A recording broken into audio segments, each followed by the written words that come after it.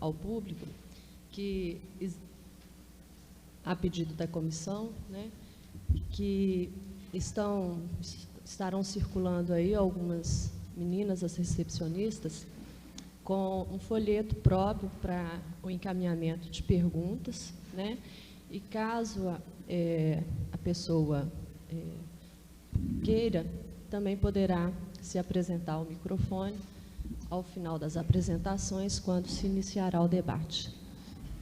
Informo também que cada palestrista terá em torno de 45 minutos para a sua apresentação e, posteriormente, a gente abrirá o debate.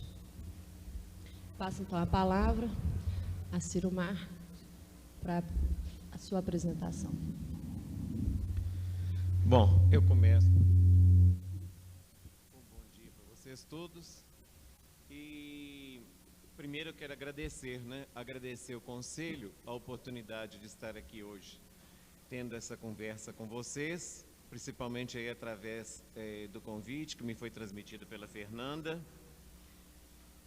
Eu acho muito importante essa costura que está sendo feita aí da psicanálise com direito e que está chegando lá na esquina da psicologia jurídica, né? Primeiro eu queria dizer para vocês, mais ou menos assim, de que lugar que eu falo. Eu vou falar num posterior aí de um percurso que foi da minha vida como promotor e como juiz, onde eu me aposentei numa vara de família, e depois hoje dessa implicação que eu tenho com a psicanálise, inclusive com aquilo que a clínica nos ensina diariamente, né?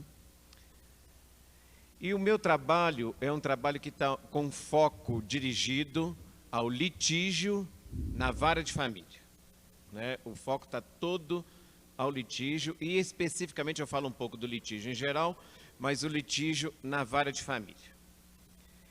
Esse trabalho meu, eu dei um nome a ele, é um nome um pouco estranho, mas, quer dizer, nessa minha história aí tem o direito encravado lá no latim.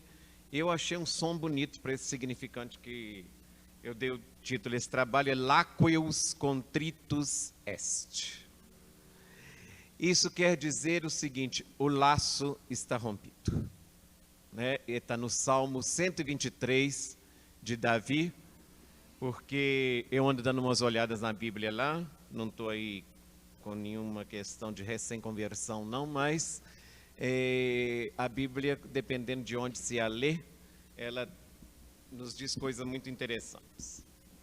Quanto ao litígio, vamos falar um pouco como o filho de Davi, o Salomão, que é a notícia que a gente tem historicamente de um juiz, é a notícia do Salomão, e todos nós conhecemos inclusive aquele mito do Salomão, quando duas mulheres se apresentavam disputando um filho, todas as duas se intitulando mães, né? E o Salomão do litígio, ele diz o seguinte, está nos Provérbios 19 a 20, sentença de Salomão. Salomão diz: um irmão ofendido é muito mais do que uma cidade forte, e os litígios são como os ferrolhos de um castelo. Cada um se nutre dos frutos de sua boca e sacia-se com o produto de seus lábios. A morte e a vida estão em poder da língua. Qual o uso que dela fizeres, tal o fruto que dela colherás. Já o título do trabalho, que fala por uma ética da mediação, é tirado do Salmo 123, que diz o seguinte: a nossa alma, assim como os pássaros, escapou do laço dos caçadores. Laqueus contritus est. Quer dizer, o laço está rompido e nós ficamos livres. É o Salmo 123, versículo 7. Por que eu começo por aí? Porque o litígio é, antes de tudo, um laço, né? Um laço do qual se pede ser liberado. E esse último laço, que envolve sujeitos, escondendo as possíveis junções e disjunções do sujeito com o objeto, esse último laço ele nos remete ao aviso de Freud. O que Freud nos avisa? Freud nos avisa, em suma, que o sujeito não é bonzinho, não é flor que se cheira. O sujeito, ele diz isso lá no Mal-Estar da Civilização, explora sem compensar a capacidade de trabalho do outro, utiliza-o sexualmente sem seu consentimento, humilha-o, o faz sofrer, tortura-o, enfim, o mata. Como diz o José Saramago, o instinto serve muito melhor aos animais do que a pulsão aos seres da fala. Porque não se conhece caso de animais exercendo crueldade. Vocês nunca ouviram dizer de um animal ter sequestrado outro e colocado sobre a dor de estar sequestrado, sem atingi-lo com as garras e com os dentes e mesmo assim doer. Um litígio ou lide, lá no direito, no conceito de Carnelutti, né, que é um processualista do direito, ele diz que um litígio é um conflito de interesses com pretensão resistida. Portanto, é preciso haver interesses que estejam em conflito, não bastando somente uma pretensão. É preciso que a pretensão encontre resistência para que se configure, então, o litígio. Só surge, portanto, a lide, litígio é o nome italiano da lide, ou litígio, que é um fato pré-processual, quando uma determinada pretensão encontra uma resistência. Nesse momento em que a pretensão encontra resistência, presentifica-se então o mal-estar, fruto da própria incidência da lei. Vocês ouçam lei aí com L minúsculo ou maiúsculo, tanto faz. Mal-estar este que o direito ainda vem tentar uma regulação. E o que o direito faz então? Aponta um lugar de dizer, um juris dizer. Assim a gente fica diante da jurisdição encarnada num juiz nomeado e investido. Direito e juiz, né? Às vezes a língua aponta aí uma conjugação. No alemão a gente vê isso de perto, das Rechts, o direito, der Richter, o juiz. A raiz da palavra é a mesma. Já com Giuseppe Chiovenda, no início do século, e isso lá em Chiovenda é uma descoberta muito interessante, um renomado processualista italiano, nós temos ali agudamente a percepção de qual é o lugar do juiz no processo, né? É muito importante que o juiz saiba o seu lugar. O Chiovenda construiu uma teoria segundo a qual a jurisdição, o que caracteriza a jurisdição, ele faz uma depuração e vai caindo, até ele falar, não tem um elemento distintivo na jurisdição. O que é? Ele fala. Ela se coloca como substituição de atividades. Então, para Chiovenda, a substitutividade é que possibilita aferir o conceito de jurisdição. Que substituição é essa? Que metáfora é essa? Essa substituição, essa metáfora, ela substituindo e dando nova significação, né, acontece em dois estágios. Na cognição, quer dizer, no processo de conhecimento, quando o juiz está procurando saber do que se trata, colhendo provas, etc. Quando a atividade intelectiva do juiz substitui a das partes e de todos os cidadãos, não é preciso que toda a polis procure saber o que houve naquele litígio, há um nomeado para isso, investido para isso, substituindo a polis para isso, que é o juiz. E também quando o juiz age atuando definitivamente a lei, que seria execuível pela parte em causa. Quer dizer, aí há o salto da natureza à cultura. A parte não mais fazendo a justiça com as próprias mãos, mas o juiz, em nome da cultura, em nome da civilização, nomeado, investido, fazendo a marcação e atuação da lei. A jurisdição traduz assim, um juízo em causa alheia. Essa nota é muito interessante, um juízo em causa alheia. E o Chiovenda adverte, a jurisdição é exercida no lugar de outrem, não em representação de outrem. Quer dizer, a questão não é especular, a questão não é substituição de imagens, a questão aponta para uma referência simbólica, que é uma questão tópica, uma questão de lugar. A radicalidade dessa leitura do Chiovenda, que lá no direito isso é passado um pouco batido, que o pessoal não para pensar nisso, porque a imagem traga um pouco o pessoal. Essa radicalidade é grávida de consequências. Assim, vocês vejam, enquanto o poder executivo, né? O poder executivo, expressando-se na administração, ele impõe direta e indiretamente, se impõe direta e indiretamente pela lei, mas agindo por conta própria, não em lugar de outrem. O juiz, por seu turno, atua a lei, mas sempre nessa característica da substitutividade. A administração, ela julga sobre a sua própria atividade, enquanto o juiz julga sobre a atividade alheia. Portanto, se o juiz só é possível em causa alheia, fica demonstrada aí a operação do significante, uma operação de palavra. O juiz, substituindo, metaforiza. O juiz não faz das partes, autor e réu, um todo. Ele está entre elas, ele intervém, ele intercede, ele faz intermédio.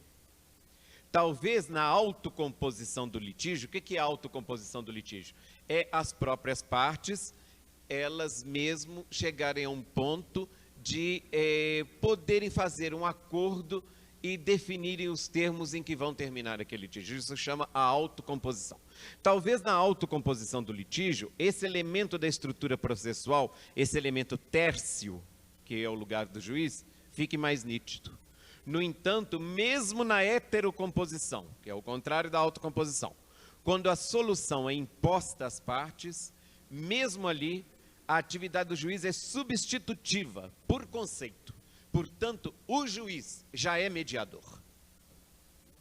E às vezes a gente assiste ainda nessa mentalidade americana, falando, não, o juiz julga, quem faz mediação é psicólogo. A atividade do juiz, por natureza, já é mediadora. Sabemos que a estrutura processual, a relação processual, ela forma-se com a presença de um que pede, traz a tese, de um outro que impede, trazendo a síntese, e do que decide, trazendo a antítese, eu diria, né, do que impede, e do que decide, trazendo a síntese. Ainda passível e possível de ser relançada, essa síntese, quando haja recurso. Mas chega num ponto em que essa síntese, não porque ela chegou ao lugar da verdade, que a verdade é inatingível como toda, só se chega a ela às meias, mas porque tem que ter um ponto de basta, para o litígio, para as pessoas continuarem a viver. Né? Então, essa síntese ainda se relança, até quando se chega no ponto de basta. Todos estes, o autor, o juiz e o réu, esses três círculos, eles estão nodulados a um nó que os mantém, nodulados pelo processo. Né? O processo, então, nodula o autor do pedido e, consequentemente, o autor da demanda. O que é demanda? Demanda não é, estou tocando demanda, todo mundo fala isso, mas demanda é o ato que deslancha o processo. Demanda é o pedido em ato, que deslancha o processo. O réu, em face do qual se pede, e carrega ainda essa terminologia mesmo lá no cível, réu. Eu lembro quando eu era juiz, quando eu falei, o réu tem alguma coisa a dizer no cível, esse significante pesou que a pessoa me disse, mas que horror, eu sou réu. Eu falei, tá, é um nome que deram para esse negócio aqui, meu filho, mas você é outra parte, tal. Né? O significante pesou muito por causa dessa questão do crime, né? Então, o réu, que é aquele em face do qual o pedido se articula, né? E o juiz. O juiz, então, é aquele que dá direção ao processo e que no final tem um dizer, o dizer do direito, mas dentro dos limites do pedido.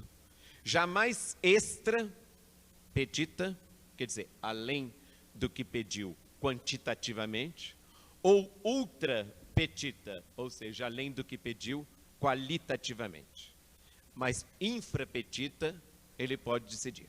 Por isso é muito interessante vocês que trabalham às vezes com questões de interdição, pensarem que às vezes as sentenças que determinam curatela, existe aí um certo pensar de que a curatela é um certo 880, ou está curatelado ou não está.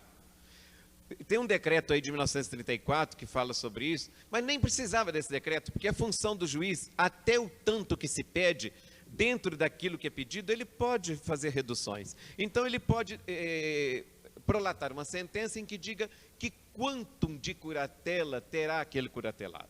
Às vezes, hábil para fazer para casamento e não hábil para negócios. Né? E existe também, eu estava até comentando com a Fernanda ontem, às vezes existe da parte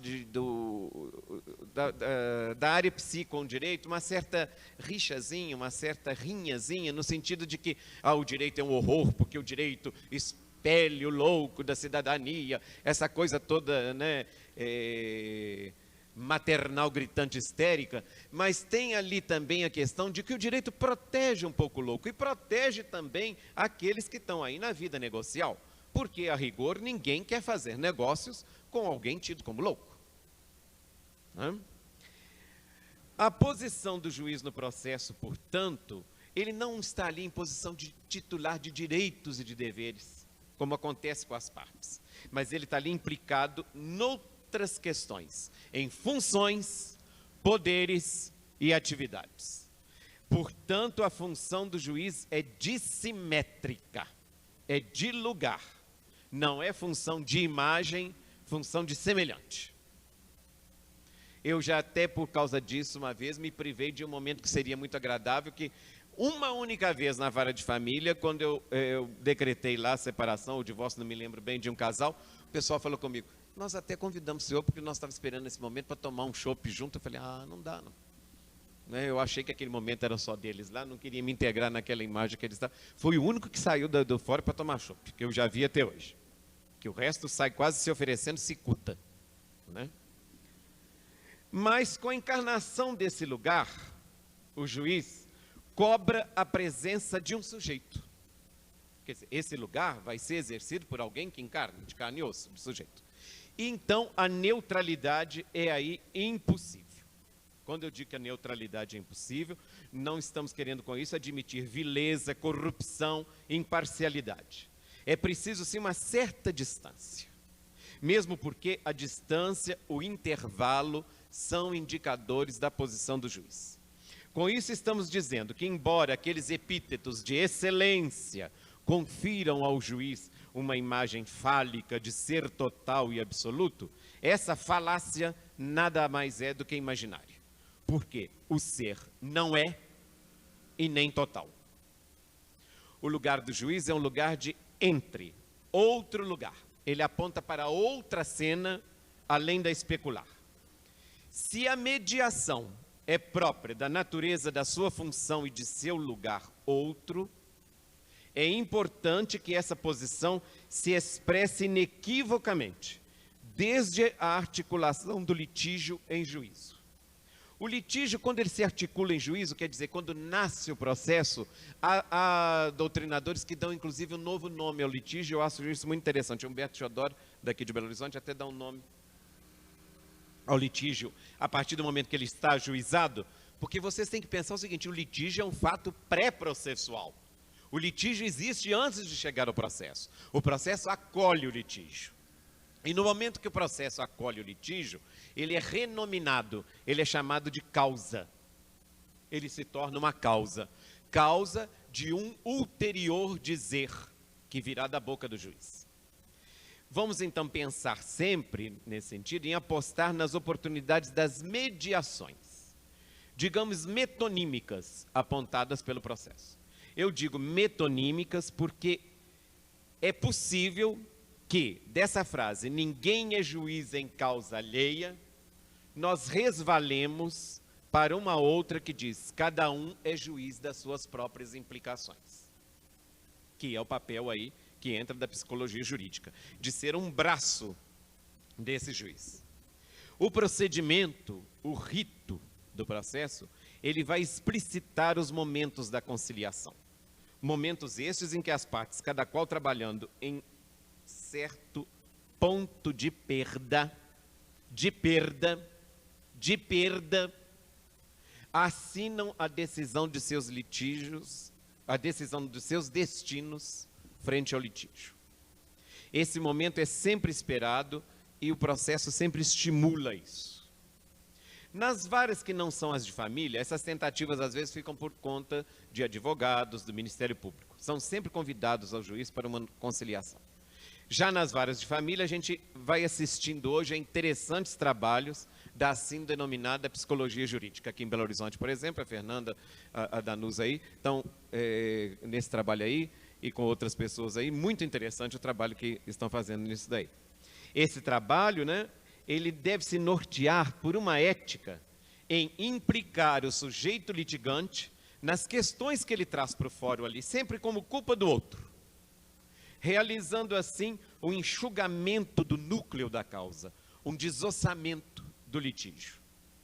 No entanto, é preciso não confundir, e às vezes eu já vi essa confusão por aí, em fazer essa mediação com tentativas terapêuticas, tentando curar as partes de seus litígios. Às vezes até os juízes fazem isso, muitos embrutecidos e desavisados, querendo curar a parte do litígio. O litígio é incurável. O que tem que fazer nele é uma espécie de desossamento, levá-lo ao osso, mas esse osso vai ser carregado.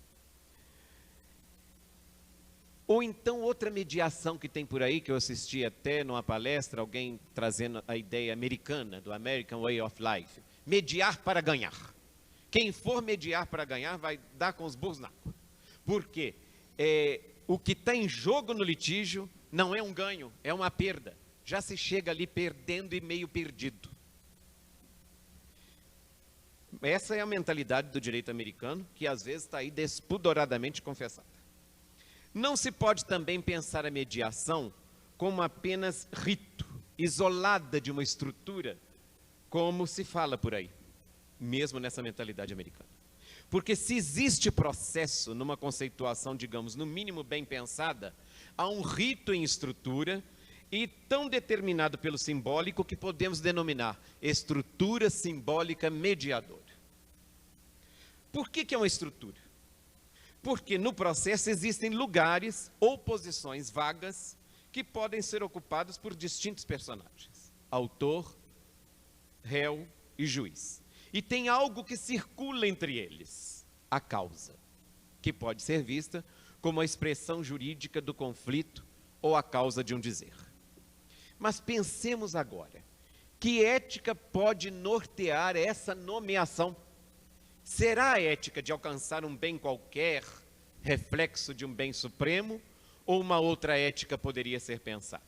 Já que nós estamos tratando de vara de família, vamos passar para ver um pouco cenas de um casamento. Quando o sujeito se dispõe a ajeitar uma saída para ninguém me ama, ninguém me quer, ninguém me chama de meu amor, é possível que encontre alguém e lhe diga: eu tenho tanto para lhe falar, mas com palavras não sei dizer como é grande o meu amor por você. Entusiasmado, faz ferver a canção e assegura: eu sei que vou te amar, por toda a minha vida eu vou te amar. E assim então, como modernamente expressa-se o direito, né? Une-se estavelmente. Ou então, para o altar, branca e radiante vai a noiva e logo a seguir o noivo amado, já sob os efeitos do artigo 229 do Código Civil. Pois bem, o casamento é igual a mangueira. Visto assim do alto, mais parece um céu no chão. Sei lá, não sei. Enfim, como este bem demorou a chegar e já não sabe se terá no olhar toda a ternura que quer lhe dar, pouco a pouco, insidiosamente, diante do todo dia ele faz tudo sempre igual, o indestrutível desejo, como sempre, aponta desejo de outra coisa. Começam a surgir as chuvas de verão, trazendo estranha no meu peito, estranha na minha alma, agora vivo em calma, será? Não te conheço mais.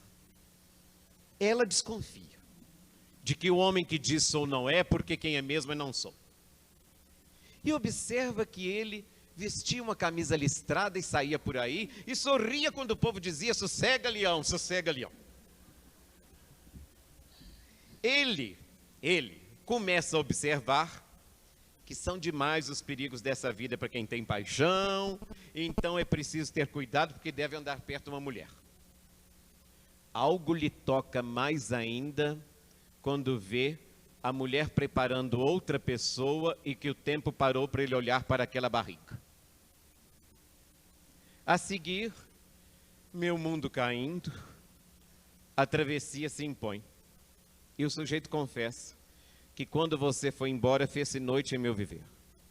Forte eu sou, mas não tem jeito, hoje eu tenho que chorar, minha casa não é minha, não é meu esse lugar, estou só e não resisto, muito tenho que falar. Desce o pano. Cenas de uma vara de família agora. Na vara de família, ali chegam restos, mas restos ainda gordos, muito nebulosos, a serem emagrecidos, enxutos. Nesse espaço, tem que ser ouvido aquele que diz: estou só e não resisto, muito tenho que falar. O outro poderá dizer: ah, eu vim aqui só para me despedir, e as últimas palavras desse nosso amor você vai ter que ouvir. A mediação, quer pelo juiz, quer pelos auxiliares da justiça, papel aí da psicologia jurídica, ela deve apostar em trabalhar com os sujeitos a perda. Perda para quê? Deste vendaval enorme que chega na vara da família, permaneça a brisa. A brisa deve ficar. Fica, ó brisa, fica, pois talvez, quem sabe, o inesperado faça uma surpresa e traga alguém que queira te escutar. Quem bate a vara de família deve descobrir um pouco, ou talvez já descobriu e veio chancelar a descoberta, de que a conjugalidade trata de conjugar o universal e o singular, em tempo e modos diferentes. Será que se casaram sabendo que a morte já separa e que a morte insiste na singularidade apesar das tentativas contrárias? Ou casaram-se esperando que todo dia e a cada dia a morte os una? Será mais produtiva a posição do profissional mediador da vara de família, quando ele estiver avisado de que na conjugalidade também se articulam o necessário e o impossível. O necessário, que não cessa de se inscrever, a ordem fálica, o limite sempre presente. E por outro lado, o que não cessa de não se inscrever, o impossível, o indizível, o que não tem juízo nem nunca terá. Eles conjugam-se na vida dita a dois. Mas a vida conjugal tem suas produções. Produções nos falam mais de perdas que de lucros ou ganhos. A vida conjugal produz bens. Bens que os cônjuges às vezes tomam como ó pedaço de mim, ó metade amputada de mim. Dizendo e doendo a perda como fisgada no membro que já perdi. É ali ainda, no mencionado espaço da fala e da escuta da mediação, que se faz o trabalho de deixar cair as metades amputadas, para que não venha gangrenar o que deve restar. Esse trabalho, sabemos, não é fácil, porque estamos diante de um mercado que tem suas leis. Empanturrar o sujeito de objetos que o façam feliz, como se isso fosse possível. Isso não escapou a Freud. O Lacan pega isso no Seminário da Ética e diz: não escapa a Freud que a felicidade é para nós o que deve ser proposto como termo a toda busca, por mais ética que seja. Mas o que decide, cuja importância não se vê o suficiente, com pretexto de que se deixa de escutar um homem a partir do momento em que ele parece sair de seu âmbito puramente técnico, o que eu gostaria de ler no Mal-Estar da Civilização é que, para essa felicidade, nos diz Freud, não há absolutamente nada preparado, nem no macrocosmo, nem no microcosmo.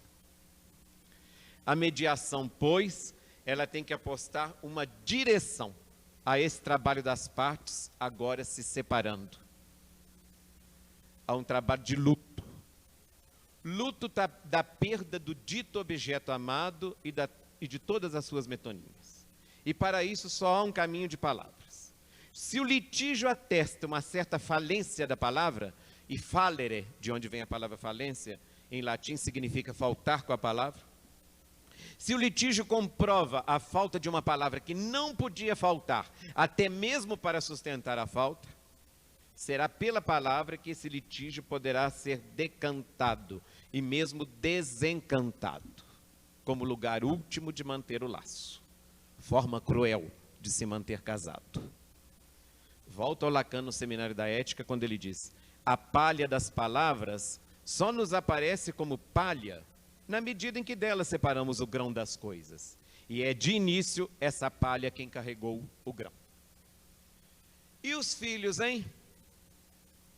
Por toda essa andança que eu fiz no que canta a nossa música popular, pouco ou quase nada se fala do filho. E algo duro de se constatar. O filho da dona de tudo, da rainha do lar, que vale mais para o filho que o céu, que a terra, que o mar, é aquele que o samba canta: toma que o filho é teu, meu senhor, toma que o filho é teu.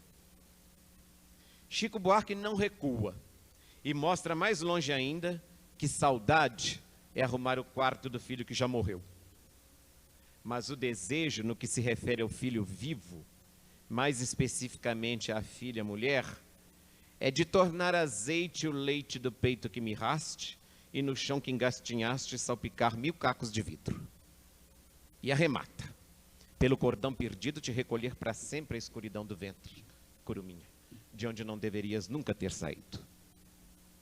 É na mesma ópera do malandro que encontramos uma resposta da filha, aludida a um certo saber: eu quero que a mamãe me veja pintando a boca em coração. Será que vai morrer de inveja ou não?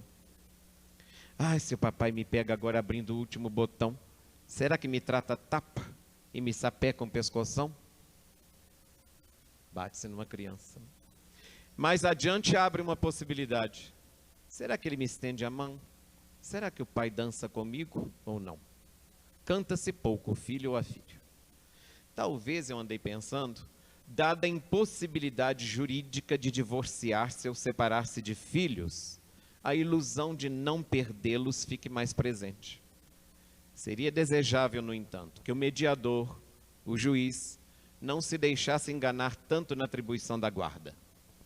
Salomão, ao decidir a sorte de uma criança disputada por 2 mulheres que se diziam mães, nos deixou seu saber.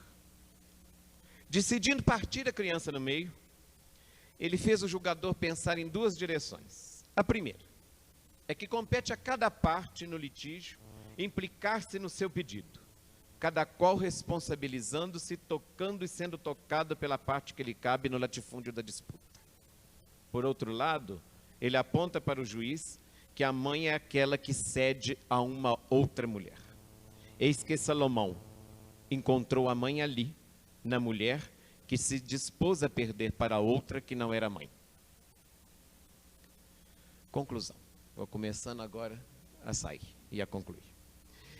Enxuto o litígio, 2 possibilidades de compô-lo continuam presentes. Primeiramente, a autocomposição, o resultado de um trabalho em que os assujeitados à lide tornam-se sujeitos de uma decisão, celebrando o acordo ou uma transação. Outra alternativa é a heterocomposição, quando houver questões nas quais as partes não conseguiram acordar, vocês escutem isso como puder, e esperam que o juiz faça assim adormecer o litígio. Em qualquer das 2 situações, e frise-se, em qualquer situação em que já se formou relação processual, o resultado final será sentença, que julgue ou não o mérito. É interessante notar que no caso das partes fazerem um acordo, o julgamento que o juiz der, a sentença homologatória, será com julgamento com mérito. Isso é muito interessante. Saber que o mérito não vem só da heterocomposição, mas também da autocomposição. E se pensarmos bem, com muito mais razão, né? Assim, o dito final, então, será daquele que ocupa o lugar de operador do simbólico, proferindo uma decisão ou homologando a decisão que as partes souberam se aplicar. Esse ato final, que em qualquer hipótese extingue o processo, é uma sentença. Sentença, diz o dicionário etimológico de Antenor Nascentes, vem do latim sententia, sentimento, opinião. Portanto, como um dito de opinião ou de sentimento, pode enganar e pode enganar-se. Volto a Lacan. Que algo se diga, e mesmo assim permanece oculto no que é dito, a partir do que se ouve. A sentença cai, pois, na dimensão do dito, do universal, do enunciado. Por isso, o veredito, estruturado efetivamente em ficção, como é próprio da verdade e do direito, esconde em si um dizer, pérola singular do indizível, incrustada e inacessível, contornada pela ostra do dito, a partir do que se ouve. Enfim, da dimensão de sujeito não se escapa, ainda que a deneguemos. Se uma ética para mediação nos aponta o indestrutível do desejo, Lacan não deixa de nos apontar alguma coisa que podemos pensar sobre o objeto do litígio. É de sua natureza que o objeto esteja perdido como tal. Não será jamais encontrado. Alguma coisa está ali esperando melhor ou esperando pior, mas esperando. Avisados disso, que possamos terminar escutando o casal litigado despedir-se da vara de família cantarolando: eu não quero mais a morte, tenho muito que viver. Muito obrigado.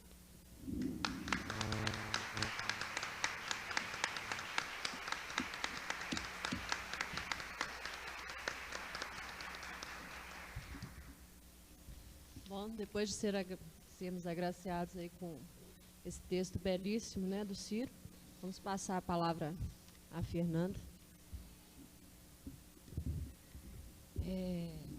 A gente fica assim tomada, né, depois desse texto. Tem que respirar um pouco para dar conta de trabalhar um pouco mais. Eu gostaria de agradecer, né, a possibilidade de estar aqui, a comissão organizadora, ao Ricardo, a Mariana e ao Júlio, né, a oportunidade de estar trazendo o que até hoje foi possível trabalhar nesse campo da psicologia jurídica, que, num primeiro momento, sem saber muito bem do que se tratava,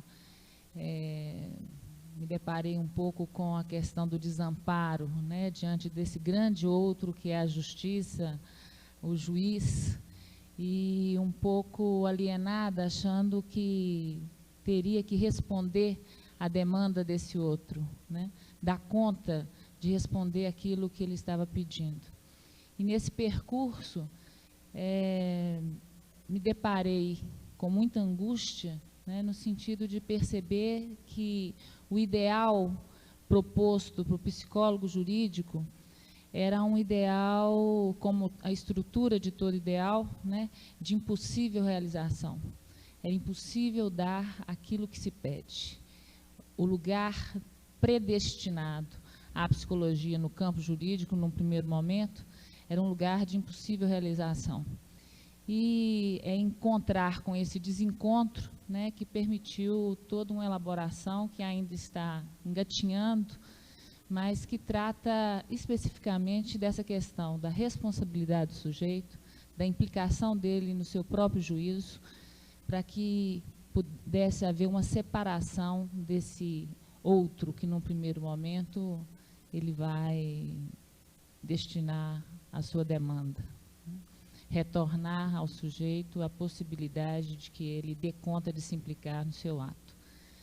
Mas não é sem dificuldades. Então, nesse sentido, eu trabalho na vara de família, trabalho também na Defensoria Pública, e resolvi hoje, né, que eu sempre tenho falado desse lugar da vara de família, mas hoje eu resolvi falar da psicologia jurídica de uma forma geral, né, da forma como é possível o lugar de atuação do psicólogo jurídico, esteja ele como for, mas nessa articulação da área psi com o campo jurídico, né, do que se trata, o que acontece entre um e outro, né, o que é possível fazer nesse campo, não no sentido do ideal, mas no sentido da possibilidade. Então, nesse sentido, eu fiz um texto, né, que eu gostaria de ler, é Direito e Subjetividade. Gustave Le Bon nos fala, né?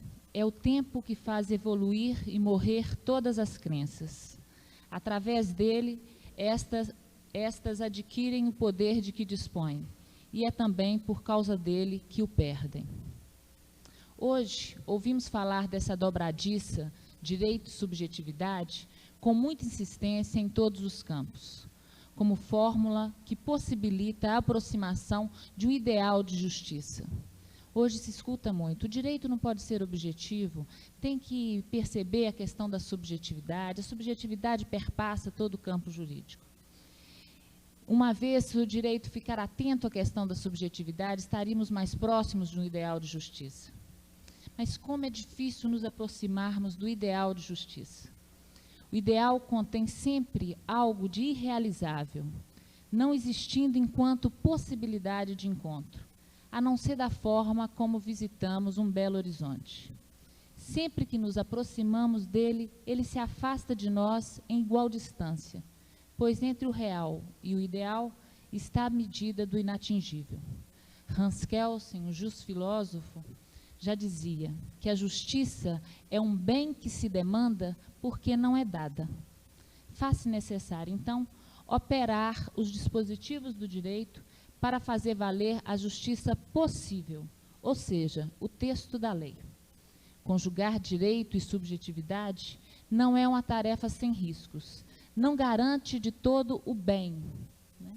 Essa dobradiça contém a medida da distância entre o ideal e o possível, portanto, um lugar que pode vir a falhar. É Philippe Julian, no Estranho Gozo do Próximo, que nos fala, que perguntaram a Jesus, né, como fazer para ser bom e só fazer o bem?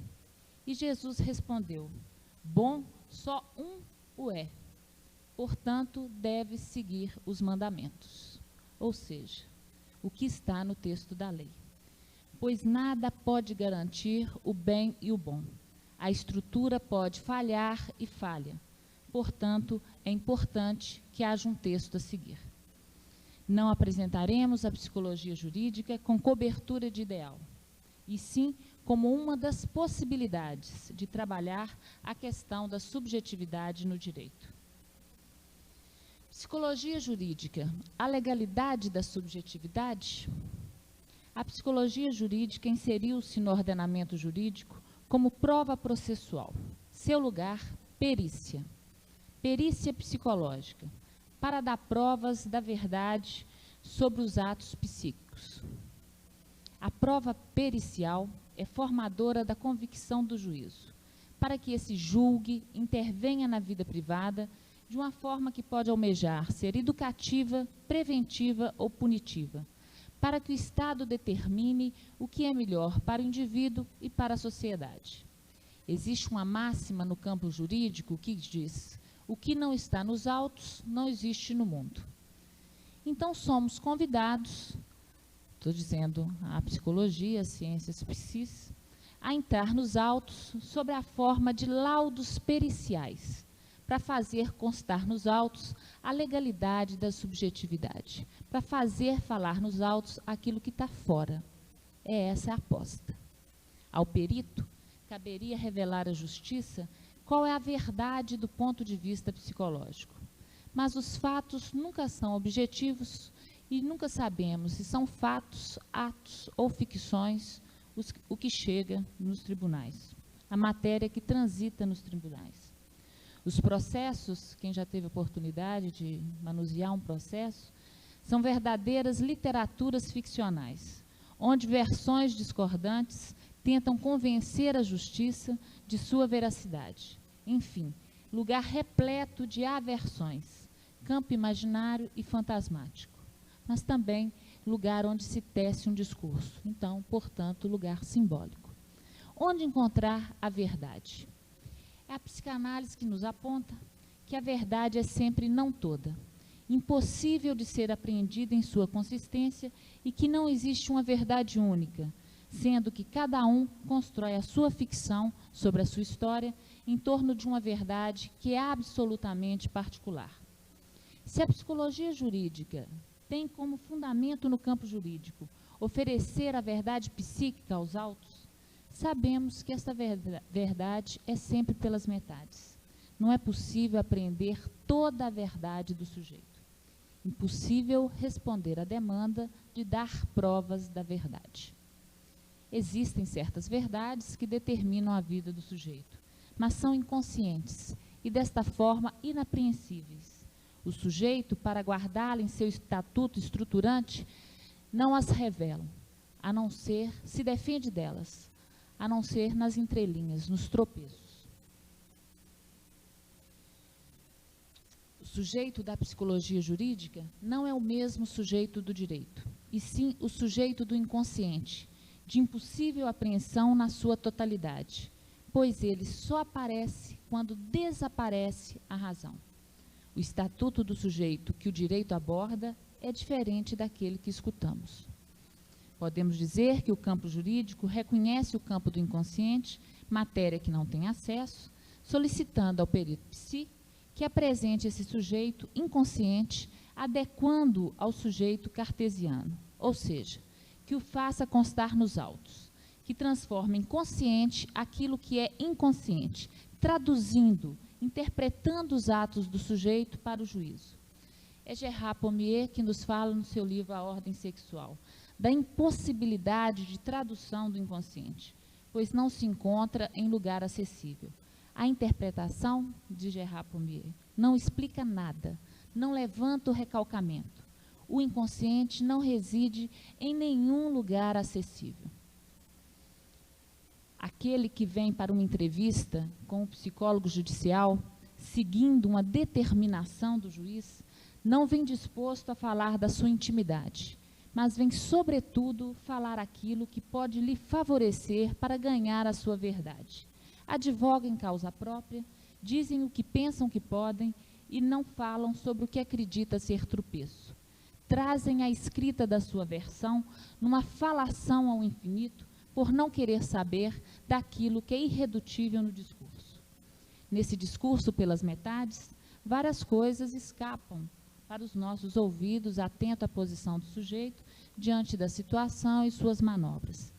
Mas Freud nos adverte, na psicanálise e a determinação dos fatos nos processos jurídicos, que esse depoimento está prejudicado, pois o sujeito não está ali numa posição de quem fala de si. A resistência é consciente. Isso coloca muitos limites à construção de um diagnóstico sobre esses dados escutados de uma fala maldita. O setting da psicologia jurídica, da forma como ela está estruturada, ou seja, um lugar pericial, não pode oferecer ao sujeito esse convite à sua aparição, pois aquilo que for dito poderá ser lido por seus piores inimigos e vir a público, coisas que o sujeito guarda mesmo de si. Pergunto-me constantemente se o psicólogo judicial tem a função de revelar, através do laudo pericial, aquilo que para o sujeito ainda está velado, porque teve acesso através de testes, através das entrelinhas que escapam aos sujeitos, dinâmicas, etc. Qual é o efeito dessa revelação no campo do sujeito e em suas relações sociais, e no próprio campo do direito?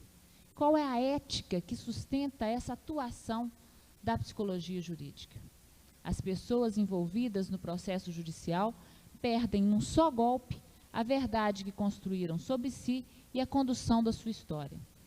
Alienados a um laudo que os revela numa intimidade desconhecida e submetidos à decisão de um outro juiz sobre um ser que está ali revelado naquele laudo, mas que este ali não se reconhece. Será que contribuiremos para que esse sujeito continue alienado, sem se separar desse outro? Não foi bem isso que aprendemos sobre o que seria o melhor para o sujeito. Lacan nos diz em seu texto Ciência e Verdade: da nossa posição de sujeito somos sempre responsáveis. Que chamem isso, onde quiser, de terrorismo. Eu tenho o direito de sorrir, pois é em um meio onde a doutrina é abertamente matéria de transações que eu temeria ofuscar alguém formulando que o erro da boa-fé é de todos o mais imperdoável. Devemos desconfiar das boas intenções.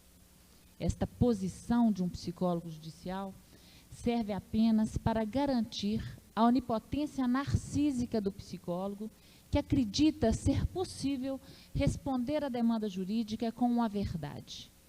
Nada serve ao sujeito, pois não provoca uma retificação subjetiva, e nem serve à justiça, pois o saber apresentado como verdade cristalizada é uma ficção psicológica.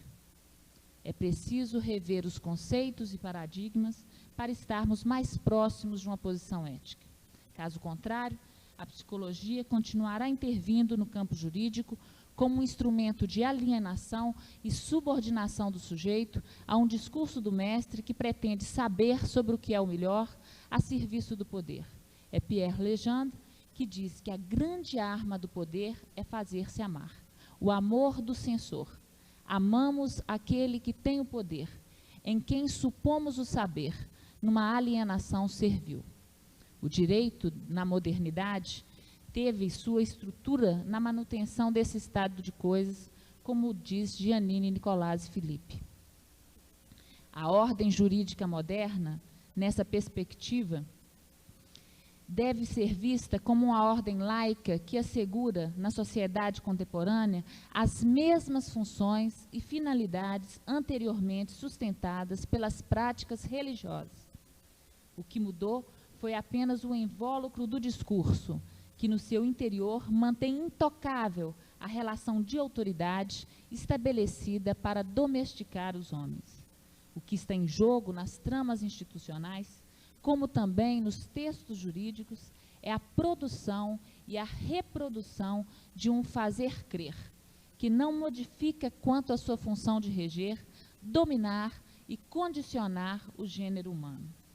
A psicologia jurídica, segundo o paradigma pericial, serviria como mais um instrumento de interpretação arraigada em crenças teóricas próprias a cada linha de pensamento psicológico, produzindo um corpo de provas que objetivariam a reprodução do discurso da ordem, submetendo os envolvidos aos ditames desse saber.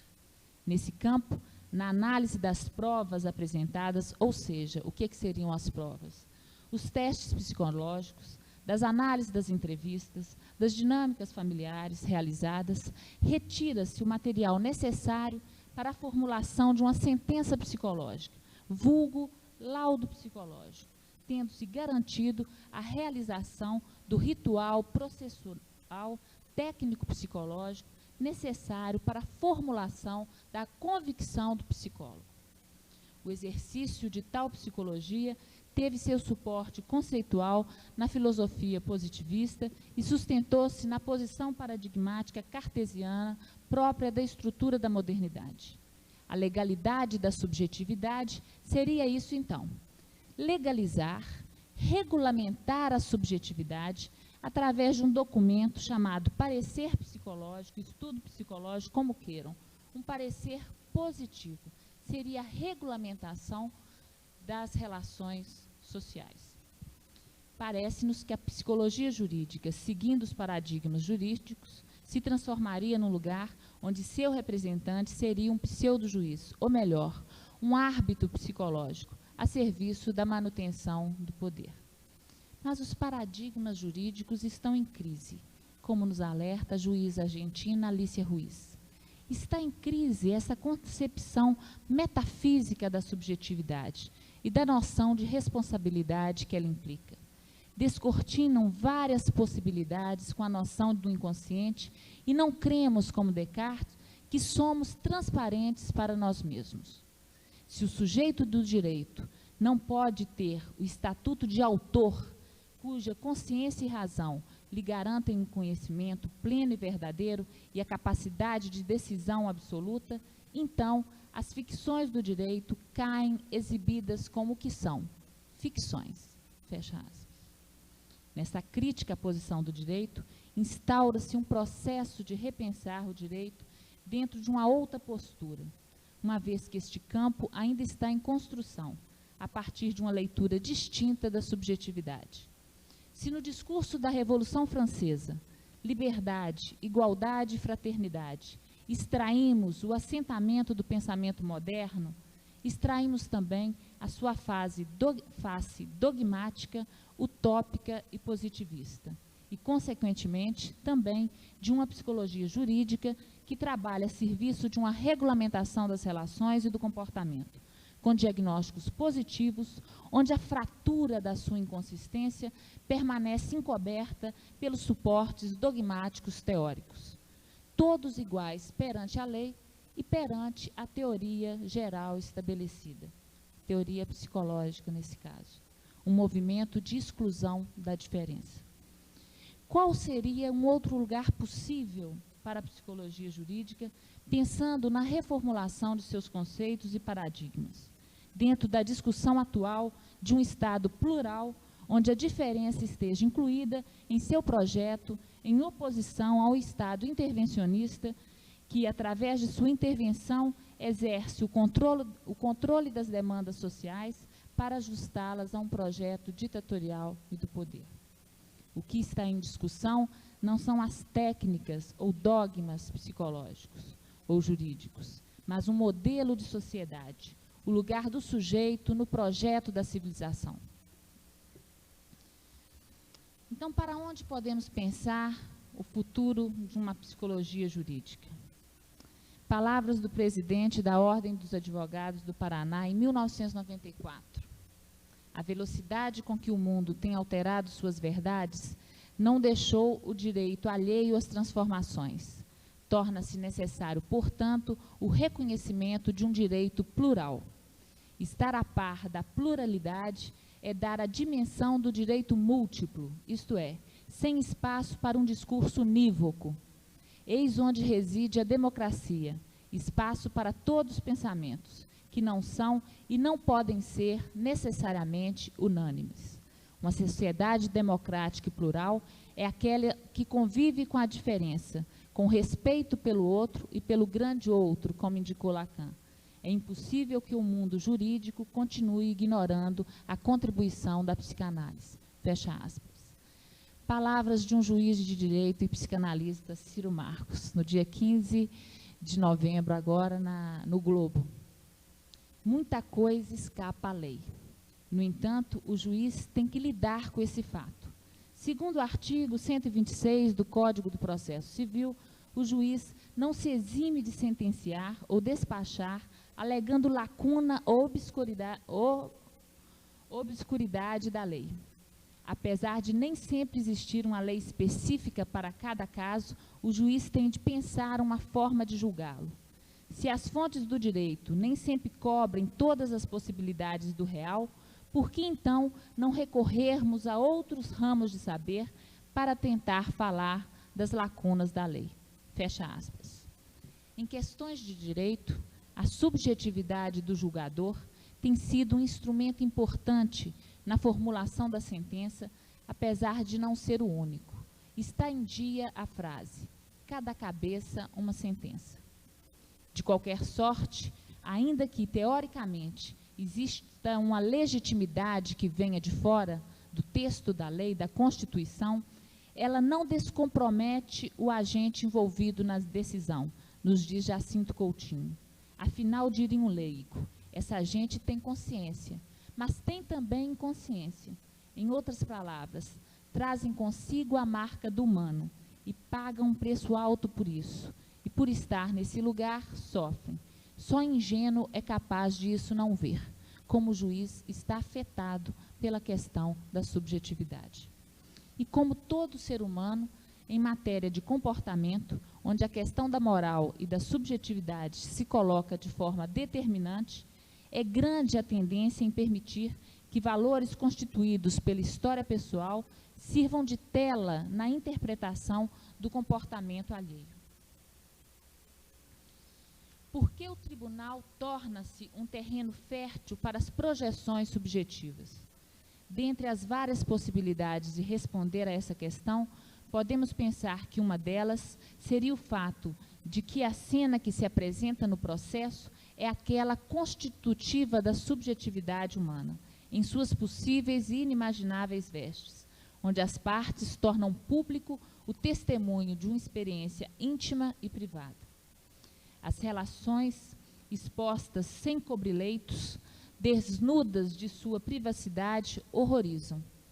E é isso que chega nos tribunais. Sob efeito desta emoção, adquirem-se posições defensivas ou paralisantes. Cai-se o ideal de neutralidade e veremos fantasias em cascatas conduzindo a leitura do processo. Capturados pelos ditames das próprias fantasias, pela lei do particular, teremos como instrumento julgador o próprio inconsciente. É inegável o entrelaçamento entre direito e estrutura subjetiva das relações. É um lugar do contraditório, onde o instrumento jurídico é insuficiente para dar conta de se inserir dentro da objetividade que esse campo almeja, pois o fenômeno do impasse ocorre num terreno onde a antinomia e a ambiguidade são elementos relevantes. É Jeanine Philippe, mais uma vez, que declara uma nova proposta. Ela nos diz: na orientação que se trata de articular com o universo subjetivo do sujeito as suas implicações simbólicas, que é o que acontece no campo do direito, desvendam-se lugares pouco explorados, que envolvem a inscrição de seres humanos em mundos que eles próprios terão que ressignificar sem a mediatização de nenhuma instância superior que lhes retire aquilo que lhes compete originalmente, isto é, a capacidade de construir e reconstruir os caminhos de sua existência.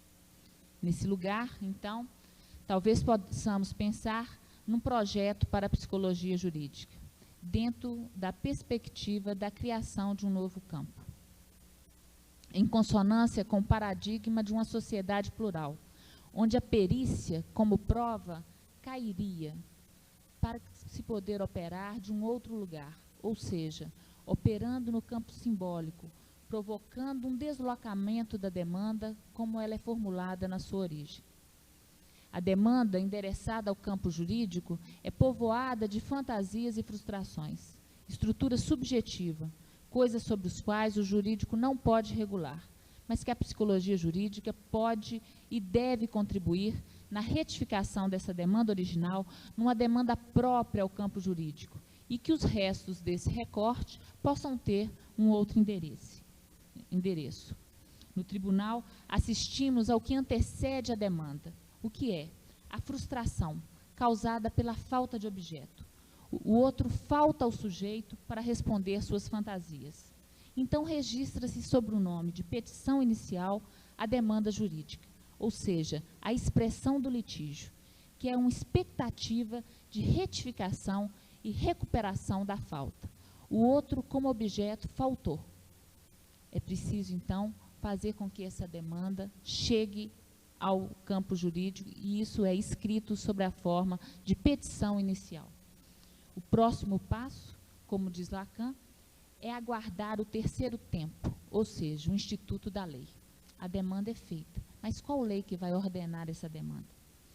O lugar da psicologia jurídica no processo deve ser o de restituir ao sujeito que nos procura a dignidade de ser autor de sua história, trabalhando no sentido de promover uma implicação deste na tessitura discursiva e simbólica que apresenta, desmontando as ficções onde o sujeito se encontrava alienado originalmente ao endereçar à justiça os desígnios da sua vida. O campo da psicologia jurídica tem como função, nessa perspectiva, desbastar a demanda jurídica de seus excessos fantasmáticos para reduzi-la ao ponto que possibilite a realização da função jurídica, ou seja, a implicação da parte naquilo que ela pede ou impede através da demanda, já dizia o Ciro. Ao campo jurídico restará o que lhe é próprio, ou seja, a instituição da lei, onde esta não está, operando um basta na invasão do gozo, que, como bem diz Lacan, não serve para nada, retornando ao cotidiano a necessidade de se submeter a todo instante a uma dada regularidade da ordem sobre a desordem. Nessa nova proposta, a verdade se reduz à verdade do sujeito e este tem que se responsabilizar pelos efeitos disto. De não ter provas e as garantias que advêm de uma verdade única, de reconhecer a diferença e, dessa forma, reconhecer o outro. É um trabalho que resgata a responsabilidade do sujeito pelos seus atos, no reconhecimento do outro e do desigual, extirpando a violência do direito, que, ao excluir a diferença, transforma-se em violento censor. Não são necessárias verdades absolutas e valores universais. É possível enxergar pelos olhos do outro, reconhecer a existência de um juízo alheio, renunciando à violência de um juízo único, sem abandonar o direito. É o exercício de uma ética da diferença, ou seja, temos que seguir o mandamento de amar ao próximo como a si próprio. Na distância entre o eu e o outro, há o espaço da diferença. O limite de nossa convivência se encontra no reconhecimento de que o próximo não é um igual, e sim diferente. E para convivermos na cidade, sermos cidadãos, é preciso saber dessa medida, para cumprirmos a difícil tarefa de realizar o projeto da civilização. Se todos amássemos uns aos outros em harmonia, se essa estrutura fosse infalível, não haveria necessidade do mandamento da lei. Há lei porque essa estrutura manca, pois muitas vezes o ódio que advém de um ato diferente de nosso desejo nos faz idealizar uma sociedade de iguais e arquitetar um plano diabólico que iria extinguir do mundo tudo aquilo que se encontrasse entre meu desejo e a sua realização. Uma necessidade de aniquilar aquilo que é desigual ao nosso ideal. Faríamos isso toda vez que o outro nos desse a medida de nossa frustração, se não houvesse a lei, se não houvesse escrito em algum lugar que poderá haver um retorno desse ato sobre nós. E só está escrito porque vivemos numa civilização, e esta é plural e não igual, como desejaríamos que fosse em nossos inconfessáveis sonhos, que a civilização fosse a extensão da ditadura do meu desejo, um império sem limites. É como se escutássemos de todo aquele que infringe a lei em sua exposição de motivos. Não te amo mais, por me traíres, não encontrar onde procuro o que não há. Portanto, mato, degrado, roubo, executo nesse corpo, sem meu gosto, a marca do meu gozo. Mesmo que digam não, é esta a ordem que me invade. Vou ao ato, pois tenho urgência higiênica de fazer precipitar desse lugar que me enlouquece um objeto qualquer. E depois desse ato, me desato e encontro nessa carne podre o sem sentido exato do meu desprezo. Não te amo mais.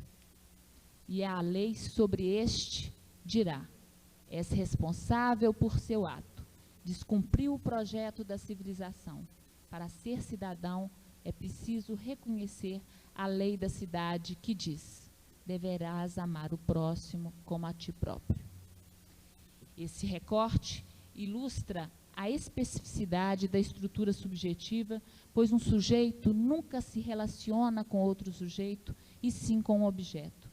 É o reconhecimento da existência do outro que nos permite perceber que lá onde desejamos um objeto idêntico às nossas fantasias e desejo, insiste a diferença, ou seja, outro sujeito, inapreensível em sua singularidade, inexplicável e que faz mancar a estrutura objetal. Bem, o que fazer então da nossa prática, uma vez que no mundo nada está preparado para trazer ao homem satisfação, uma vez que o homem não pode formular nenhum princípio para o seu desejo e que não existe nem existirá uma ordem moral ou social que corresponda aos seus anseios, que lhe garanta felicidade e harmonia. É Lacan que nos responde: o que faço por minha prática é extrair a ética do bem-dizer. A psicologia jurídica deve promover a ruptura do ditame pericial e ocupar um lugar de construção de uma nova posição diante do outro, portanto, um lugar a ser inventado em cada caso, espaço da diferença, um lugar problematizado. Este é o desafio do trabalho, construir no espaço da psicologia jurídica um lugar de interdisciplinariedade, de interface.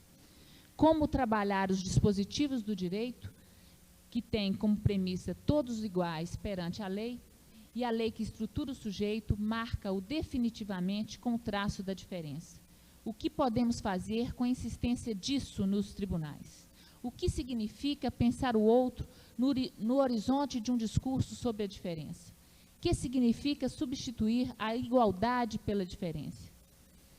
Alícia Ruiz sugere: a chave para pensar hoje a questão da cidadania passa, me parece, por substituir a igualdade pela diferença, o que é tanto como propor um outro programa filosófico e político.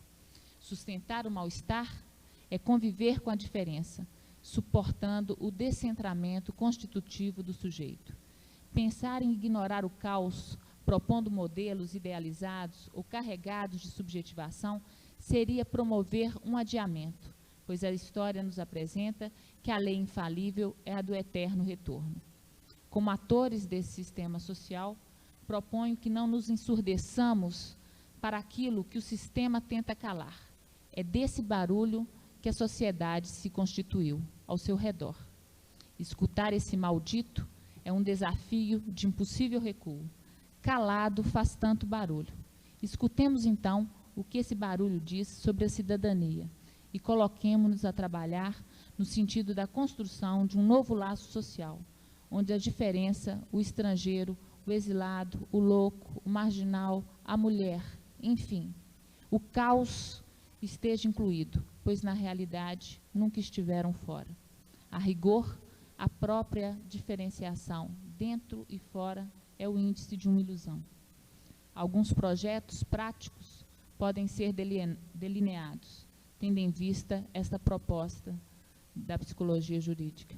Como disse o Ciro, o projeto da mediação, de acompanhamento, o projeto que é feito no juizado de acompanhamento dos casos, onde há uma implicação dos menores infratores no seu ato. Está aqui a Fabíola, a Terezinha, como representantes desse trabalho, o trabalho de mediação em conflitos familiares, o trabalho de execução penal, que o psicólogo entra na implicação do réu no seu caso, no seu ato criminoso, nas penitenciárias. Então, muito há a ser feito nesse campo. E a Janine Felipe que conclui nesse projeto de emancipação, de separação, né, da ética da diferença. Uma verdadeira ação emancipatória deve consistir em demonstrar que seres humanos não têm necessidade de totens, que eles podem inventar e reinventar as leis sem remeter a sua criação a instâncias míticas que os ultrapassam. Isso não é anomia, mas autonomia, ou seja, a capacidade do sujeito questionar a todo momento por que essa lei e não outra. O sujeito deve saber que no momento decisivo não há possibilidade de garantia alguma que possa advir da substituição de personagens ou das promessas de projetos centrais. Para imaginar um mundo diferente e uma sociedade mais autônoma, faz necessário, portanto, alterar profundamente e criticamente as formas de conceber o sujeito, repensando a sua posição no laço social como uma oportunidade de projetar a utopia de um mundo novo e, quem sabe, por fim, de ser humano. Fecha aspas.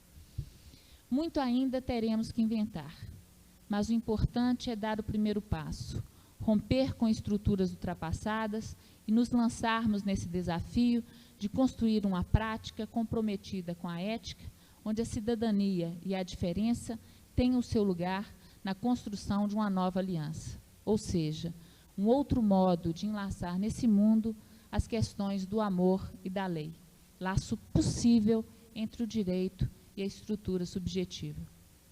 Para terminar, eu concluo com Adélia Prado.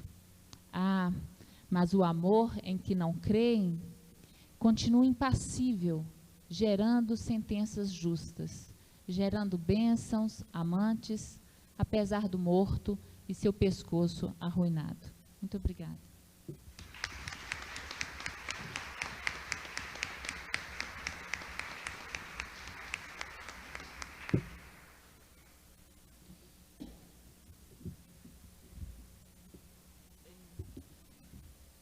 Bom, diante dos textos, né, colocados aqui, as apresentações feitas,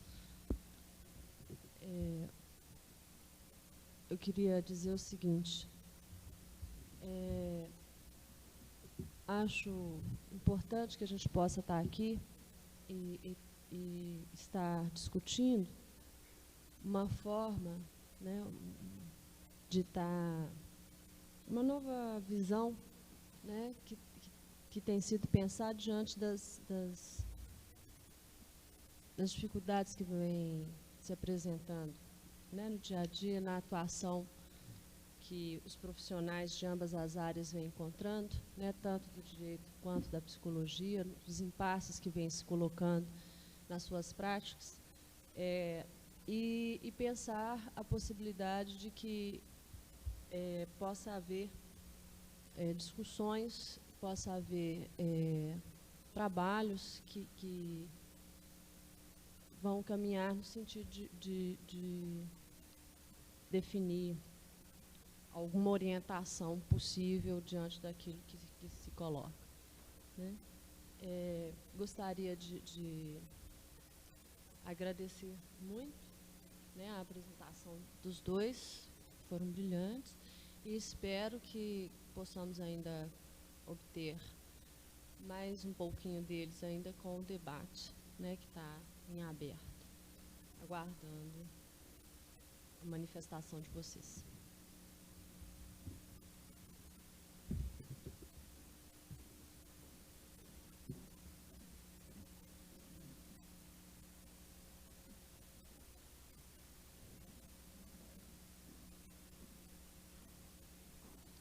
Então, só para esquentar, teve uma questão que você colocou, Ciro, que me colocou uma questão, né?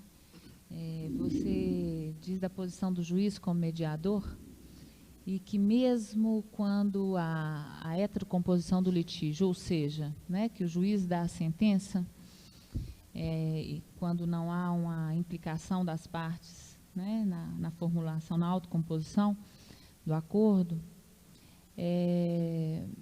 ele estaria cumprindo a função de mediador, né? E eu fiquei me perguntando,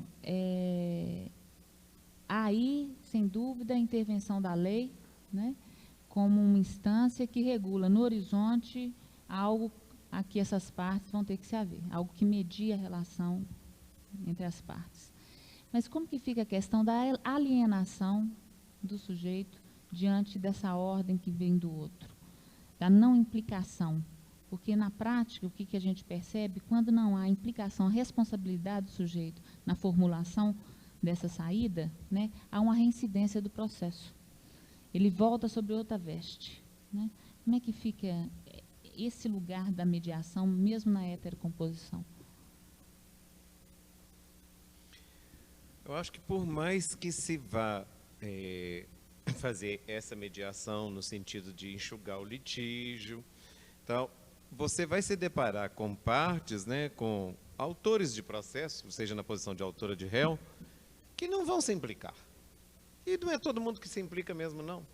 Na clínica a gente sabe disso, quanta gente aparece e tal, e o analista fica sempre no meia-culpa, o que eu fiz, que fulano foi embora, tal, mas também não é só assim, tem sujeitos também que não estão afim mesmo de se implicar. Então, esses daí, que não querem se implicar, eles vão ficar mesmo sob essa alienação.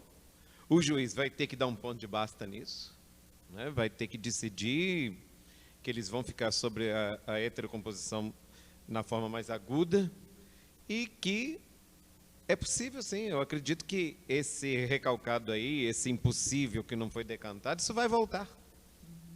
Isso vai voltar. Reincide, né? Volta, repete no novo, né? Sempre de uma forma nova, né? Mas vai voltar e repete. Mas isso é da vida, né? não são todos que vão entrar nessa via da implicação. Porque também, se a gente pensar nisso, a gente faz da implicação um outro ideal. O problema é esse. A gente já tem que pensar que aquele trabalho ali já é um trabalho que pode dar alguma coisa, que depois você vai poder falar sobre aquilo. Que se já for também com essa verve de querer implicar, aquilo vira o ideal também. E às vezes não vai haver implicação, vai haver aí uma alienação por uma via de transferência ao trabalho do psicólogo judiciário, e que a parte se aliena a uma mínima sugestão que apareça ali num relâmpago. Não há salvação.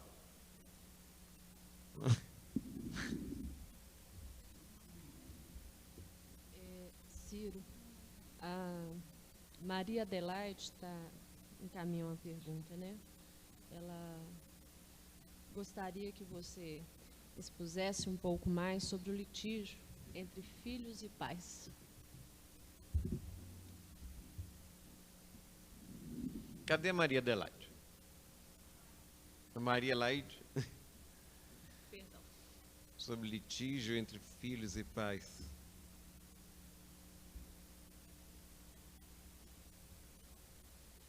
Bom.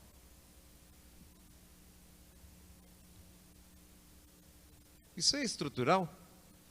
Isso é transgeracional? Isso está sempre presente?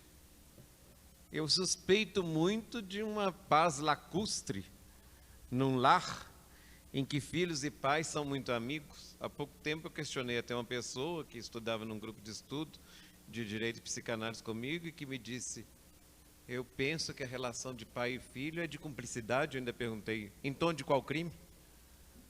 Né? Porque se há cumplicidade, é um crime. Eu acho que entre gerações isso vai sempre acontecer, e o que é de se esperar é que os filhos honrem pai e mãe, tornando-se, por sua vez, pais e mães. Porque nessa transmissão de geração tem muito impasse, muito tropeço. As histéricas vão ficar pensando se continua o caminho ou se fica ali para amparar papai, né? E o obsessivo fica, que o papai da histérica é desvalido, e o obsessivo fica ali paralisado, que o papai dele é total. Não é a psicose, mas a coisa chega nesse sentido também. Então eu acho que esse litígio, há um conflito de interesses. O que é o litígio? O conflito de interesses com a pretensão resistida. A pretensão dos filhos, e uma pretensão, vamos dizer, na melhor das hipóteses, é que eles possam largar pai e mãe. E quando eu fiz esse trabalho aqui, o que eu vi é que canta-se pouco os filhos, porque parece que os pais e mães, por não verem dispositivos de divórcio de filho, de separação, os casais, os membros dos casais se cantam muito nesse sentido. Não vá, ó pedaço de mim, fica, pois cada vez, quem sabe, risque meu nome do teu caderno. Essa coisa toda ali está dialogada. Mas entre filhos parece que existe assim uma pseudo-garantia de que mesmo que ele vá, ele está. Então canta-se pouco, mas o desejo dos pais em relação aos filhos me tem surpreendido. Na clínica isso já tem, a gente sabe como é que é isso. E na música popular, então, você vê como é que é isso. Esse objeto aí, que está sendo tratado muito na base quase que do dejeto, viu? Você vê, tem até aquela música do Toquinho, do Vinícius, que ainda fala lá, um deles lá sonha em certos momentos ser Herodes, para dar conta da filharada. E o Herodes não teve o melhor dos métodos, né? Foi na decepção. E esse litígio entre pais e filhos, eu acho que isso é estrutural numa certa medida, né? Agora, além de uma certa medida, aí tem outras coisas. Pai tem que saber perder.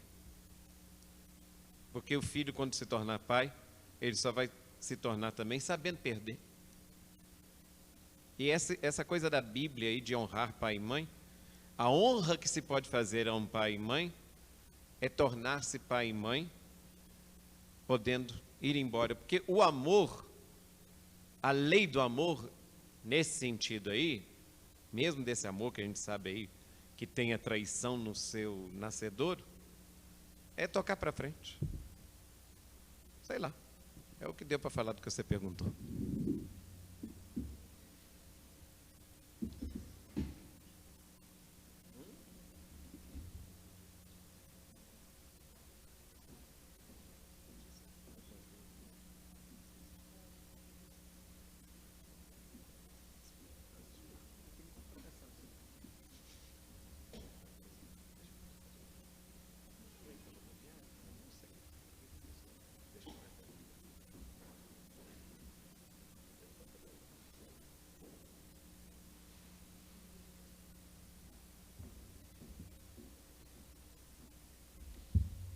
Eu estou percebendo algumas pessoas indo embora, e antes de encaminhar as perguntas que chegaram à mesa, eu gostaria apenas de lembrá-los, né, que haverá continuidade da jornada hoje à tarde, né, a gente fará um pequeno recesso após o debate, e retornaremos às 14 horas, né, com o seminário Sujeito na Educação, Políticas e Possibilidades para a Psicologia, e às 16h30, o outro seminário, Multidisciplinaridade e a Especificidade da Prática do Psicólogo na Saúde Mental e no Trabalho, sendo que encerraremos as atividades hoje, após a palestra às 19 horas, avaliação de sujeitos, questões teóricas, práticas e éticas.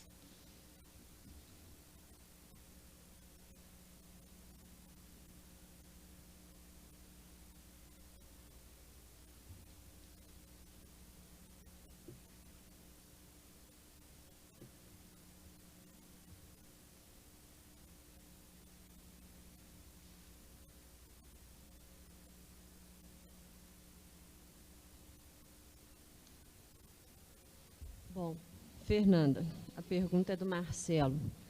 Na prática pericial, espera-se um parecer psicológico que muitas vezes é baseado em entrevistas e testes psicológicos. Em relação à subjetividade, você acha que tais técnicas devem ser descartadas? Ou deve-se lançar um novo olhar que complementaria esta avaliação, implicando o sujeito? Marcelo,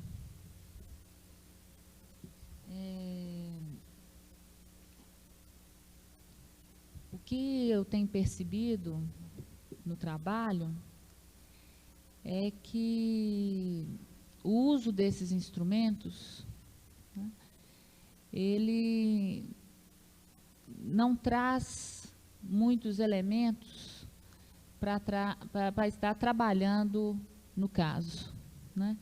No sentido de que o que vem daí, né, os resultados dessa avaliação,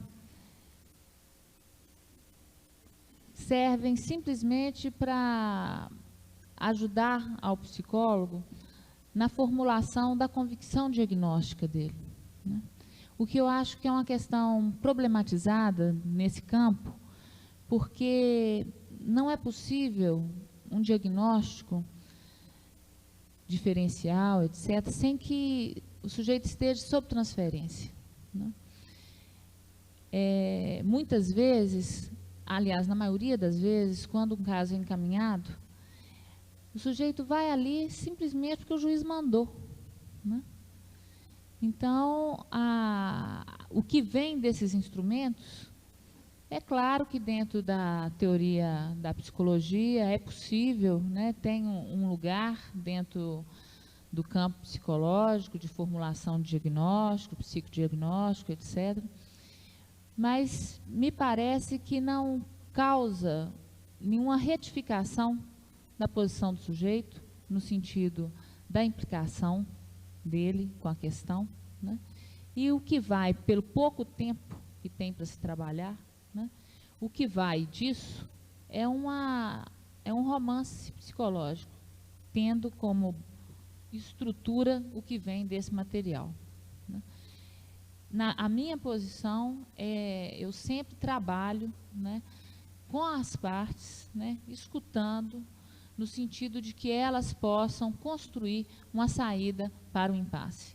Quando essa saída não aparece, como o caso que o Ciro está trazendo, no caso de cristalização, né, eu prefiro pedir um acompanhamento, né, pedir uma suspensão, ou então uma sentença mínima, né, que tenha sido anunciada de alguma forma, quando há casos onde a atuação está muito recorrente, né, que a justiça entra aí fazendo um ponto de basta, né, mas que também não há garantias alguma sobre a eficácia disso.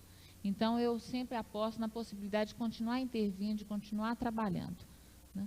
Quando é necessário, que a justiça precise entrar, né, é preciso que o juiz intervenha, que coloque um ponto de basta, quando a situação está com muita atuação, mas que esse ponto de base seja uma sentença que vai regular no horizonte. O sujeito vai ter que se haver com essa lei que foi sentenciada, né, mas que não garante a reincidência, que não garante a repetição, né, que isso vai acontecer, né, se o sujeito não se implicar, não se responsabilizar, se não houver uma retificação subjetiva. Então, a minha proposta de trabalho tem sido nesse sentido, e tanto na defensoria quanto no tribunal, né, percebe-se que não é um trabalho ideal, não é um trabalho idealizado, é um trabalho possível, né. Nos casos que são encaminhados, a maioria dos casos, as pessoas conseguem fazer uma autocomposição do litígio. Na maioria dos casos que são encaminhados, porque muitas vezes elas não têm oportunidade de se deparar com a outra versão, de desconstruir a versão inicial sobre o litígio. Elas não são escutadas em momento algum. Quem fala por elas é o processo, o advogado o tempo todo. Então, nesse espaço que elas têm para falar, né, para escutar, para se posicionar e se implicarem, na maioria das vezes acontece uma autocomposição do litígio. Agora, existem muitos casos onde se recorre a testes, né, que fazem esse tipo de encaminhamento, mas não é a posição em que eu trabalho, né. Eu prefiro trabalhar intervindo no caso, permitindo que as partes possam se haver com o mal-estar, ao invés de construir um saber sobre esse mal-estar e dar uma direção para isso. Bom, Ciro, tem um encaminhamento aqui para você. Não assinou. Sua apresentação foi fantástica. Parabéns. Acredito que a sua compreensão e análise do litígio se deve à sua formação em psicanálise. Mas como ficam os outros juízes embrutecidos e congelados nos aspectos formais da lei e sem articulação com a subjetividade? Isto não é comprometedor? Eu aproveitaria também para perguntar o seguinte, na sua explanação aí, ficou claro, na medida em que você coloca o juiz como na função de mediador, a necessidade realmente de um entendimento, né, mais específico, mais voltado do que seria o que está tão em voga atualmente, a subjetividade, fazendo uma leitura aí passível para várias áreas.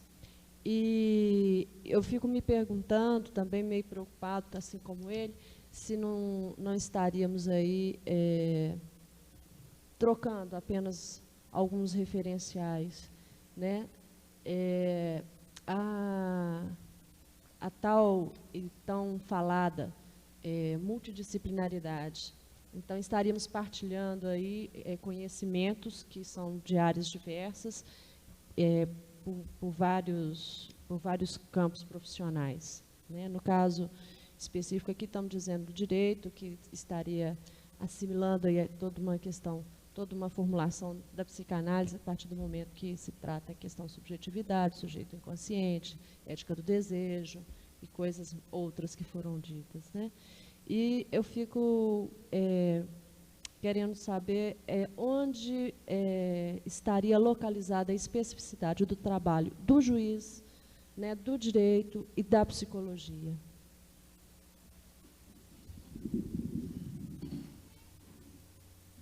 Eu acho que juiz, na posição de juiz, tem que responder da posição de juiz, né? Juiz que fica dando conselho lá no fórum para menores, para casar, é um chato, né? Que fica lá dando lição de moral, casamento, vamos manter os filhos, isso é uma chatice. Bom, outra coisa, psicanálise não garante coisa nenhuma também, não. Eu acho que em certas pessoas faz algum efeito quando é um negócio levado a sério. Primeiro que, como Lacan fala, tem muita gente que pensa que está fazendo análise, não está coisa nenhuma. Que analista você não acha fácil por aí, não. Analista é sorte achar um. Está lá nas conferências americanas. Lacan fala, quando tem a sorte de achar um, que não é todo dia, que placa não garante, livro publicado não garante, fama não garante, nada garante. Quando você tem a sorte de achar, às vezes você consegue fazer uma certa retificação subjetiva interessante. Agora, tem juízes por aí que nunca ouviram falar de psicanálise, nunca foram para analista, mas que às vezes já leram algum livro a mais que esses livros de direito, que estão tocados às vezes por questões de desejo muito interessantes, porque existem pessoas aí que não são intelectuais de fachada e que às vezes são muito interessantes, né? Às vezes a lavadeira lá do seu prédio tem muito mais a te dizer do que o seu professor de filosofia, que às vezes é um chato. Então, esse saber da vida, essa coisa, você encontra por aí, às vezes, de forma muito interessante. Tem juízes que tem uma possibilidade de escutar, às vezes, muito interessante. Não é uma frequência que você tropeça feliz em todo dia, não. Não é mesmo, não. Porque os juízes são muito capturados por esses epítetos, excelência, vossa excelência, isso, excelência. Então esse imaginário aí, sabe, ele é muito cativante, ele é muito capturante e tal. Quando eu saio por aí afora convidado às vezes a falar num momento igual esse aqui, às vezes eu penso, será que um escutou e vai fazer efeito em um? Porque para muita gente fica o seguinte, a palestra foi fantástica e tal, mas amanhã, acabou. Ah, falou lá, foi interessante, a gente riu. Achou emocionante em determinado momento, no outro não foi nada. Ah, mas o que ficou? Sei lá. Entendeu? Então, eu acho que, mesmo assim, nós não podemos deixar de fazer isso. A Marguerite e o Senar falam que se você toca numa célula, já é interessante. Acho que a gente, na medida do possível, deve atender os convites quando está chamado, saber por que te chamaram, como é que é aquilo. Também, porque senão também você ficar aí atendendo tudo quanto é chamado, isso vira pregação evangélica, né? E já tem muito por aí afora, a televisão está lotada, isso não precisa não. Eu não quero estar na 25ª hora, não. Agora, eu acho que a gente tem que estar avisado de que não é o fato de estar ancorado, cravado, fincado pelas questões da psicanálise que isso dá alguma garantia, não dá não. Tem juízes aí interessantes. Agora, tem juízes que estão mesmo petrificados, mumificados. Essa coisa está aí. É uma coisa terrível. No campo do direito e no campo psi também, tem gente surda para diabo. Né? Eu já falei que de todos os buracos que nós temos, o único que anda destampado, que é o ouvido, é o que anda mais entupido.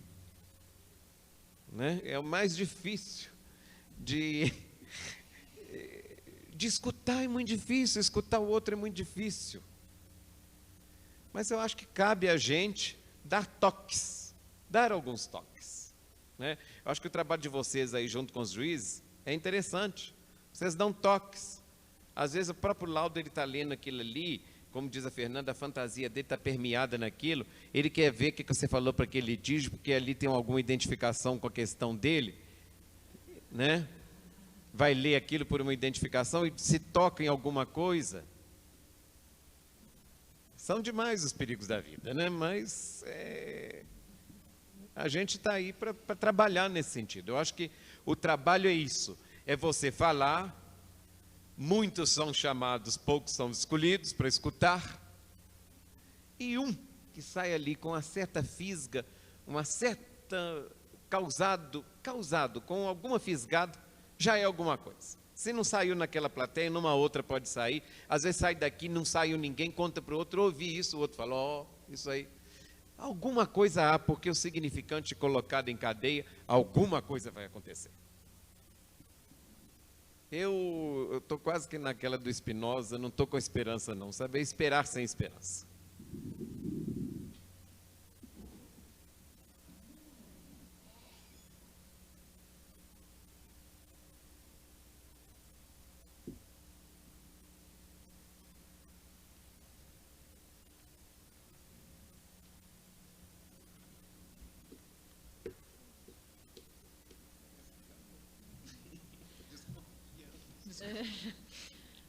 Bom, gente, vamos encerrando, né,